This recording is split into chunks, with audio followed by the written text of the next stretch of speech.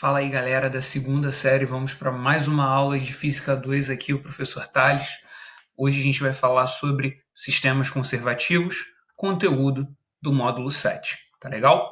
Bom, o capítulo de sistemas conservativos, ele basicamente começa revisando um assunto que você já viu no módulo 6. Para a gente falar sobre sistemas conservativos, o módulo, ele trata para a gente, revisando inicialmente, qual é a noção que nós temos de energia mecânica, beleza? A gente falou no módulo passado que energia mecânica é a forma de energia que nós temos quando nós temos, por exemplo, altura e velocidade. Ou, em outros casos, não ilustrados aí nessa figura, quando nós temos elasticidade e velocidade envolvidas no mesmo corpo. De maneira mais simples, de maneira mais objetiva e mais direta, o cálculo que a gente faz quando o assunto é energia mecânica é: nós utilizamos a soma da energia potencial, que por consequência pode ser potencial gravitacional ou potencial elástica, com a energia cinética, beleza? Que é a energia de um corpo que possui a velocidade. Lembrando, né, uma questão muito importante para a gente, sempre que a gente fala sobre qualquer fórmula, não esqueça das unidades. É M aqui energia mecânica, é P potencial, que pode ser gravitacional ou elástica, é C energia cinética. Lembrando que desde que tudo esteja no sistema internacional, a gente mede energia em joule. Eu gostaria de te lembrar, porque isso é um assunto muito importante, energia tem a mesma unidade de trabalho. Falar sobre isso vai ser muito necessário para a gente nesse capítulo, tá bom? Por que eu estou dizendo isso? Bom, já aconteceram vezes de me perguntar, e aí eu transmito a pergunta para vocês. Será que é possível, em determinado sistema, que nós temos que fazer o cálculo da energia mecânica e, por um acaso, a energia cinética ser igual a zero? Será que é possível que isso aconteça? Bom, vamos supor que aqui eu tenho mecânica igual a potencial gravitacional mais cinética. Bom, potencial gravitacional indica que eu tenho uma altura envolvida. É possível um corpo ter altura e velocidade ao mesmo tempo? Sim, é possível. Mas é possível ele ter só altura e sua velocidade ser igual a zero? Consequentemente, sua energia cinética ser igual a zero? Sim, é possível sim. Por outro lado, será que seria possível manter a energia cinética com um valor e o da potencial gravitacional, ou potencial elástica, se for o caso, esse ser zero? Sim, é possível. Se você tiver uma mola que não foi distendida, ela não vai estar absorvendo energia potencial naquele momento, ela não vai estar acumulando energia potencial naquele momento. Se você tiver um objeto na altura do solo, né, no nosso nível de referência, ali ele também não vai estar acumulando energia potencial gravitacional. Então, dá para potencial gravitacional ou potencial elástica serem zeros, e a cinética também, em outra situação, obviamente, tá? Na mesma não, em outra situação a cinética ser zero, tá bem? Por que eu estou falando isso? Porque é muito importante para a gente notar uma coisa que vai ser explicada agora quando nós falamos sobre o teorema do trabalho energia cinética. Imagine que, por exemplo, você tem uma bola de futebol sendo chutada andando de leve no campo a 5 metros por segundo, beleza? Bom, se ela inicialmente ela tem 5 metros por segundo, essa bola tem massa 0,4 kg, se eu quiser que ela alcance uma velocidade maior, se eu quiser que ela se mova mais rápido, o que a gente pode fazer? Cara, é uma bola de futebol. Chuta, beleza? Quando você chuta uma bola, você está aplicando uma força nela. Então, eu posso fazer com que de 5 essa velocidade passe para 18 metros por segundo, por exemplo. Então, ela vai sair com uma velocidade maior. Beleza? Bom, tratando um pouco sobre isso, inicialmente eu tinha energia cinética, posteriormente também. Eu não mudei o fato de ter energia cinética, eu não falei que estou chutando a bola para cima, então também não estou mudando energia potencial. O que eu mudei foi o valor da energia cinética. Bom, vamos dar uma olhada nisso. Suponha que agora a gente tem uma outra situação em que a mesma bola ela tinha velocidade inicial 1, recebeu um chute e passou a ter velocidade final 5. Vamos entender quanto que valia a energia cinética no início e no final. Bom, inicialmente a energia cinética, você lembra, né? mv ao quadrado sobre 2, onde a gente tem os valores de massa e velocidade. Então é só substituir, beleza? Quando a gente resolver essa conta, nós vamos encontrar que a energia cinética é 0,2 joules. 0,2 joules de energia cinética. Na segunda situação, a fórmula usada é a mesma, só que agora o valor da velocidade é outro. Consequentemente, a gente vai ficar com uma energia cinética de 5 joules, beleza? Vai ficar 0,25 vezes 0,2 vai dar 5 joules. Então perceba, houve um aumento da energia cinética. Houve uma variação na energia cinética. De quanto? Bom, sempre que você quiser saber variação de alguma coisa em física, pega o final e subtrai do inicial. Beleza. Houve um aumento, houve uma modificação de 4,8 joules. Cara, se é uma partida de futebol, quem gerou a mudança na velocidade? Possivelmente foi o chute que algum dos jogadores envolvidos na partida deram, logo fazendo com que a força aplicada por eles alterasse a velocidade presente na bola desde o início do exemplo. Ou seja, nós dizemos que essa energia ela foi transferida, ela foi alterada, melhor dizendo, por conta de uma força externa, de uma força que fez com que a bola percorresse um determinado deslocamento. Opa, peraí, força fazendo um objeto percorrer deslocamento? Ah, então o responsável pela variação da energia cinética foi o trabalho da força. Então a ideia do teorema trabalho-energia cinética é dizer que quando um trabalho é realizado sobre um corpo, nós alteramos a energia cinética dele. Lembrando, trabalho é aplicação de força. Então você pode aplicar uma força para fazer a velocidade aumentar, ou em uma situação oposta, você pode utilizar a aplicação da força para fazer a velocidade diminuir. De qualquer maneira, o que a gente pode garantir? A velocidade muda, beleza? Essa mudança de velocidade acontece pela aplicação da força. Lembrando que agora em dinâmica a gente está relacionando força a trabalho. Então, se tem força, tem trabalho. Beleza? Isso daí ajuda bastante a gente para resolver questões de dinâmica sem ter a necessidade de ficar usando aquelas fórmulas lá do início de cinemática, matéria do ano passado, das funções horárias. Posso fazer por lá também? Pode, são opções. Mas aqui você tem um facilitador, você tem algo que pode te levar mais diretamente para a resposta, tá bom? Bom, dando prosseguimento, a gente vai falar sobre o título do módulo agora, a gente vai falar sobre a ideia de conservação da energia mecânica. Imagine, por exemplo, que você tenha uma determinada rampa, tá? Essa rampa ela está alinhada com o solo e se encontra a uma altura H1 do chão, tá ok? No topo dessa rampa eu vou colocar uma bolinha, uma esfera que vai sair daí desse ponto, tá? Só para a gente estabelecer algumas coisas antes de começar a conversar sobre esse exemplo, eu queria deixar claro para vocês que tem algumas condições para esse exemplo funcionar. A primeira e essa você vai ter que carregar toda vez que a gente falar sobre esse assunto, é que o atrito envolvido é zero. A gente só vai conseguir estudar o que se chama de conservação da energia mecânica se a gente considerar desde o atrito envolvido é zero. Professor, e se for diferente de zero? Se for diferente de zero, você não tem conservação da energia mecânica, né? Beleza? Então, primeiro ponto, só tem conservação da energia mecânica se o atrito for zero. E se não for zero, eu não tenho essa conservação. Tá bem? Então, vamos lá. Essa bolinha ela vai sair daí, mas só que alguns pontos sobre essa bolinha que a gente tem que especificar. Primeiro, ela vai ter massa de 100 gramas, então 0,1 kg. Tá? Você divide por 1.000, você faz essa equivalência aí. Bom, eu vou dizer que essa altura 1 ela vale 5 metros. E que essa bolinha parte do repouso, ou seja, ela tem velocidade inicial zero. Lembra disso, todo enunciado que você vê que fala que um objeto parte do repouso tem velocidade inicial nula, tá bom? Bem, tem como a gente descobrir quanto de energia mecânica ela tem no início? Claro. Energia mecânica é potencial, nesse caso gravitacional, mais cinética. Então, mgh mais zero. Por que zero, professor? Energia cinética depende de velocidade e o nosso cara se encontra parado. Opa! Então, toda vez que você estiver analisando um corpo que naquele momento tiver velocidade zero, estiver em repouso, você sabe que naquele momento a energia cinética dele vai ser zero. Isso é bem importante para a gente, tá bom? Tenho massa, gravidade e altura 1. Tenho todos esses. Massa vale 0,1 kg, a gravidade a gente vai considerar como 10 e a altura 1 vale 5. Multiplicando essa galera, eu tenho que a energia mecânica aí, nesse ponto, no ponto mais alto da trajetória, no ponto onde ela começa, vale 5 metros por segundo, 5 joules.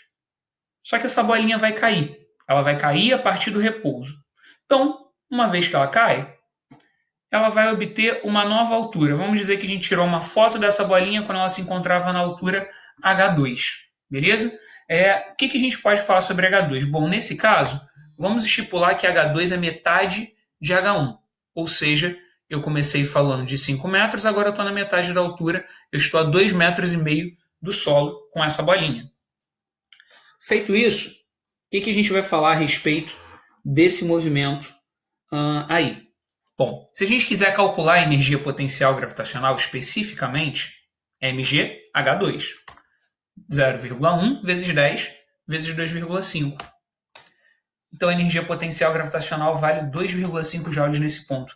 Então, no ponto inicial da trajetória aqui em cima, eu tinha 5 joules.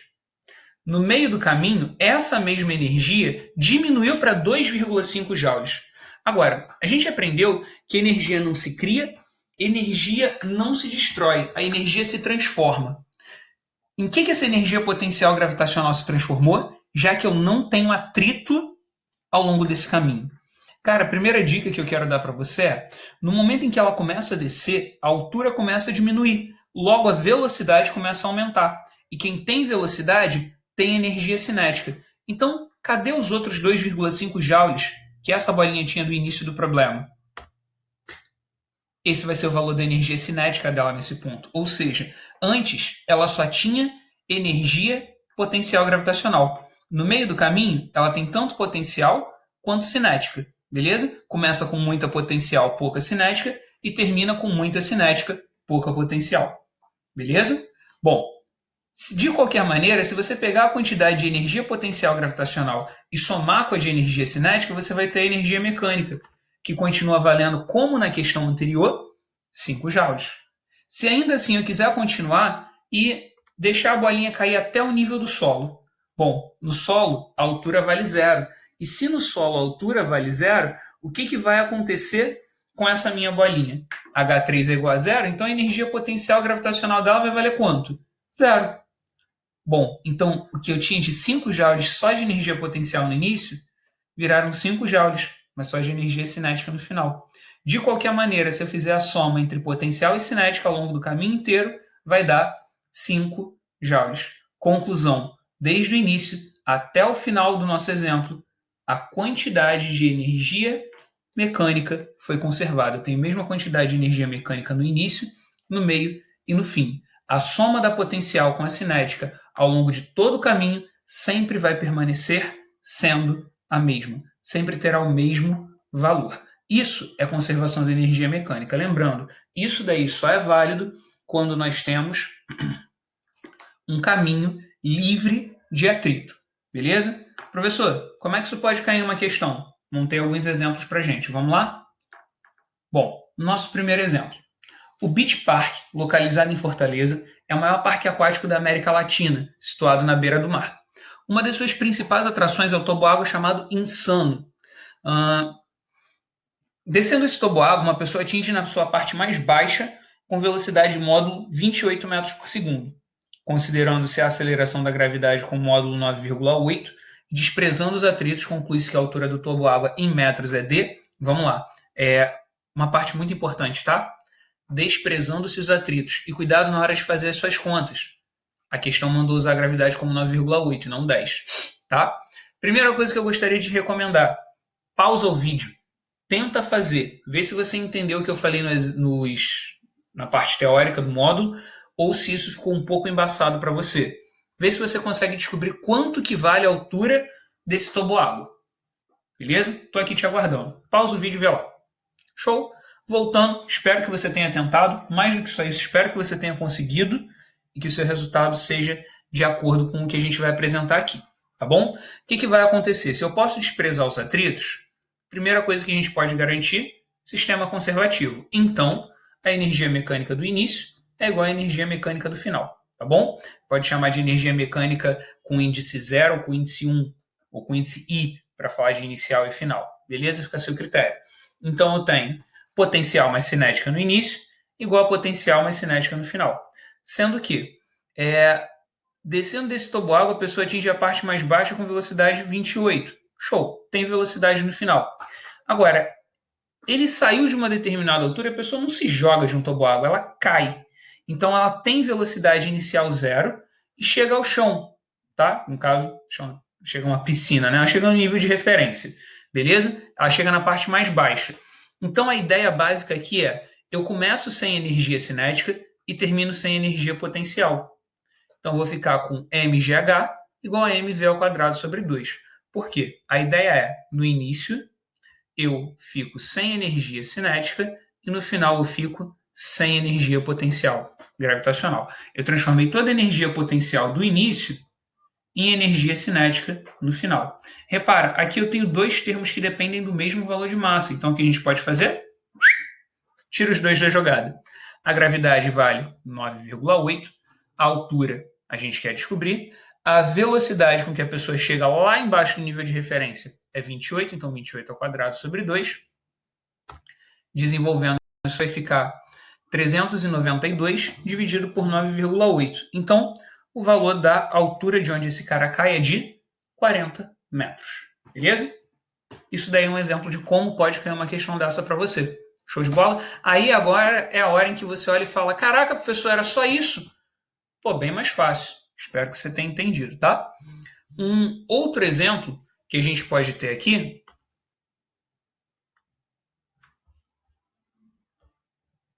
Outro exemplo que a gente tem aqui, o exemplo de número 2, começa assim.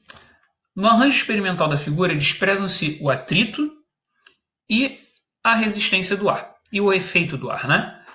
O bloco de massa 4 kg, inicialmente em repouso, comprime uma mola ideal de constante 3,6 vezes 10 a 3 de 20 centímetros, estando apenas encostado nela.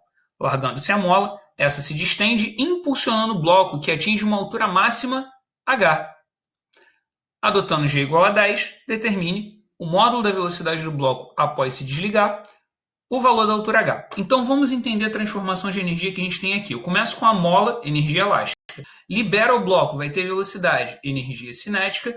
Termina com altura, energia potencial gravitacional. Então o que eu tenho no início? Potencial elástica, depois cinética, depois potencial gravitacional. Começo com potencial elástica, no meio cinética, depois potencial gravitacional. Então é de potencial elástica para cinética, de cinética para potencial gravitacional.